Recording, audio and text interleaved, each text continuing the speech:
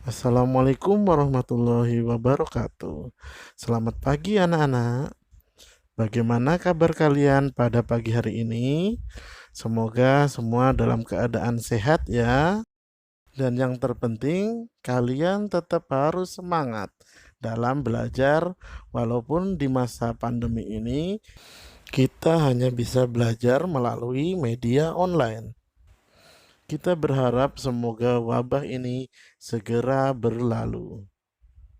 Kalian pasti sudah tahu kan, kalau tujuan dari usaha di bidang ekonomi itu terciptanya kesejahteraan di masyarakat secara adil dan merata. Tapi apa yang kita lihat di kenyataannya, ada kesenjangan atau ketimpangan pendapatan di masyarakat. Yang ini bisa menyebabkan terjadinya kesenjangan sosial. Di dalam struktur masyarakat, tentunya mempunyai pendapatan yang berbeda-beda. Hal inilah yang menyebabkan terjadinya pengelompokan di dalam struktur masyarakat antara si miskin dan si kaya. Coba perhatikan gambar berikut ini. Gambar tersebut merupakan salah satu contoh tidak meratanya pendapatan dalam masyarakat. Orang-orang yang tinggal di apartemen itu tentunya memiliki pendapatan yang lebih tinggi jika dibandingkan dengan warga yang tinggal di lingkungan kumuh daerah tersebut. Jika hal ini dibiarkan secara terus-menerus, maka akan menyebabkan berbagai dampak negatif, seperti kriminalitas, peredaran narkoba, dan masalah-masalah sosial lainnya. Untuk mengurangi kesenjangan yang terjadi di masyarakat tersebut, pemerintah mengadakan berbagai macam program. Salah satunya adalah redistribusi pendapatan. Anak-anak, tahukah kalian apa sih yang dimaksud dengan redistribusi pendapatan itu? Nah, kali ini kita akan mempelajari tentang redistribusi pendapatan nasional. Diharapkan setelah mempelajari materi ini, kalian mampu pertama menjelaskan pengertian redistribusi pendapatan. Kedua, menyebutkan jenis-jenis redistribusi pendapatan. Dan yang ketiga adalah menjelaskan program pemerintah untuk redistribusi pendapatan. Redistribusi pendapatan adalah suatu usaha pemerintah dalam mendistribusikan kembali pendapatan masyarakat kelompok mampu kepada masyarakat kelompok kurang mampu. Salah satu caranya adalah melalui pungutan pajak. Redistribusi ini merupakan suatu bentuk jaminan sosial dari negara kepada masyarakat. Redistribusi dikelompokkan menjadi dua jenis, yaitu redistribusi vertikal dan redistribusi horizontal. Redistribusi vertikal adalah kegiatan transfer uang dari orang yang mampu kepada orang yang tidak mampu dari segi finansialnya. Contohnya, jika kalian berbelanja di minimarket, barang-barang yang kalian beli harganya sudah termasuk pajak. Kemudian pajak tersebut disalurkan kepada pemerintah.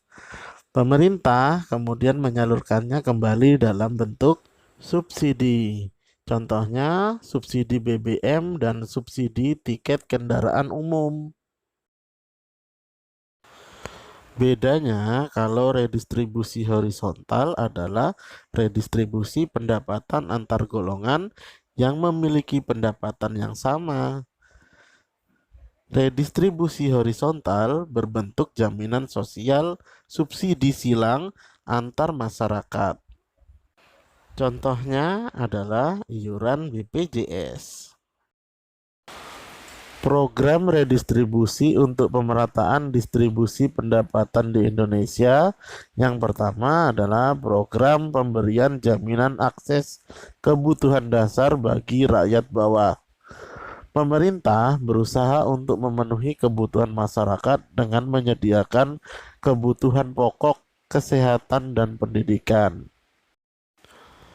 Contohnya adalah jaminan kesehatan masyarakat Jamkesmas, perumahan bersubsidi, program perlindungan sosial, program keluarga harapan, bantuan operasional sekolah, dan beasiswa pendidikan bagi siswa kurang mampu. Yang kedua, program kredit lunak dan penjaminan kredit berbasis komunitas. Program kredit usaha rakyat dibuat pemerintah untuk memudahkan pengusaha mikro, kecil, dan menengah mendapatkan kredit dengan bunga yang rendah. Yang ketiga, pengembangan usaha mikro, kecil, dan menengah. UMKM yang ada di masyarakat harus dikembangkan karena bisa menyerap banyak tenaga kerja, membantu pemerataan distribusi pembangunan, dan membantu pemerataan distribusi pendapatan. Yang keempat, kerjasama dengan pihak swasta dalam menjalankan program Corporate Social Responsibility. Kegiatan ini dilakukan untuk meningkatkan kesejahteraan masyarakat sekitar, memberikan kontribusi pada masyarakat melalui beasiswa untuk anak kurang mampu, dan sumbangan untuk membangun sarana dan prasarana di lingkungan sekitar. Kelima, mewujudkan kebijakan penegakan hukum dan keadilan ekonomi. Hukum yang tidak mendiskriminasi golongan bawah merupakan kebijakan mendasar untuk menciptakan redistribusi pendapatan nasional. Beberapa alternatif praktek redistribusi pendapatan di Indonesia. Pertama, subsidi. Dalam rangka mendistribusikan pendapatan, pemerintah berupaya untuk mendorong usaha kecil dan menengah agar tetap hidup dan memiliki daya saing. Contohnya, subsidi pupuk kepada petani.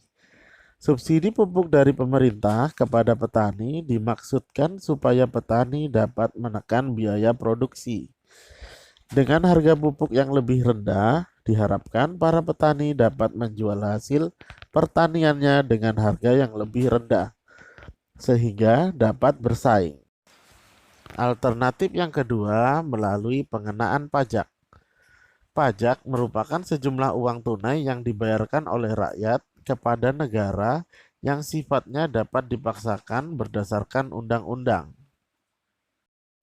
Terdapat banyak jenis pajak di Indonesia, antara lain pajak penghasilan, pajak kendaraan bermotor, pajak terhadap barang mewah, dan sebagainya.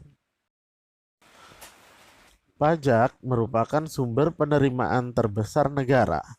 Berbagai proyek pemerintah dibiayai dari hasil pembayaran pajak dari masyarakat. Nah, anak-anak, sekarang kalian sudah tahu kan kenapa kita harus membayar pajak? Hal itu merupakan salah satu cara mengatasi kesenjangan pendapatan.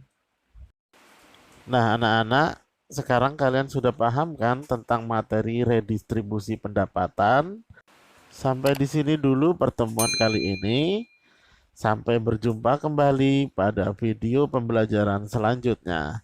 Assalamualaikum warahmatullahi wabarakatuh.